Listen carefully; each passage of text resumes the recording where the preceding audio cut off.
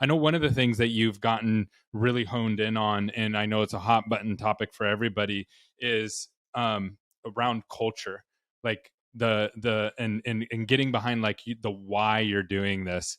And so you shared up front, you're doing this to help your friend, and that's how you look at it. And I love that mindset of from a DSO standpoint. But now you're knee deep in it, and you're seeing all these problems. So why do you continue to do it? Well, let's hit on the culture piece for a minute. I think there's kind of extremes out there. There's those who think of culture as like nap times and bring your dog to work and all of those things.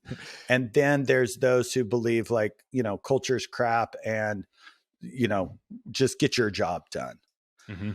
I think at the essence, we have to know that as strategic as we try to be around locations and patients and treatment coordination and so forth, the entire infrastructure of dental and many other businesses are just a bunch of humans working together, Mm-hmm.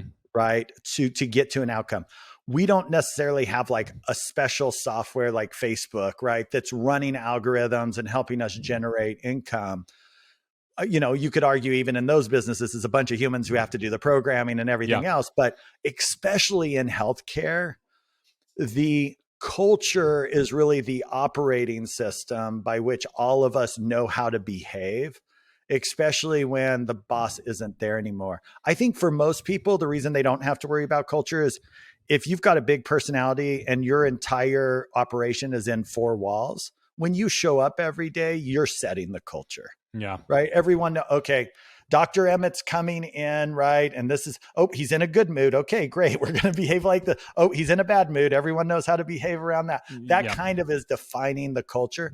When you get into scaling and you're in multiple locations and you can't influence that, you have to be very proactive about who are we? Why are we doing what we're doing so that people know how to show up every day and how to behave with one another. And think about, just from a therapy perspective, how many everyone just came out of Thanksgiving, right? It was like, all these, and that's your own family coming together. Think of all these multiple families all in a practice with, how they think being friendly is in their family versus this one thinks being friendly is, being friendly in California versus being friendly in New Jersey. You know what I mean? Exactly. So how do you bring that all together? I think that's why culture and focusing on it is so important. And if you're not focused on it, you still have one, right? It's not like culture just goes away. It's just you're not controlling it proactively.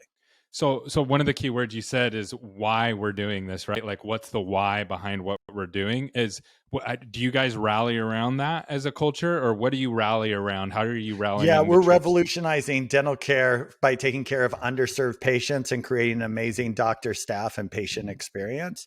So for us, really rallying around the underserved markets is important to us. I think if I was giving someone some advice, maybe a couple resources to go create culture would be Patrick Lencioni's book, The Advantage. He's got like 6 questions. And what I really like is he's not big into vision mission statements. He just says, just create a mantra that everyone can remember and utilize. And now every department's created a mantra under our umbrella mantra. I think his questionnaire, his 6 questions, super simple, quick way to get there and say, okay, why do we exist? Who are we trying to serve? What's the impact we want to have? And just make sure that that can't be misunderstood.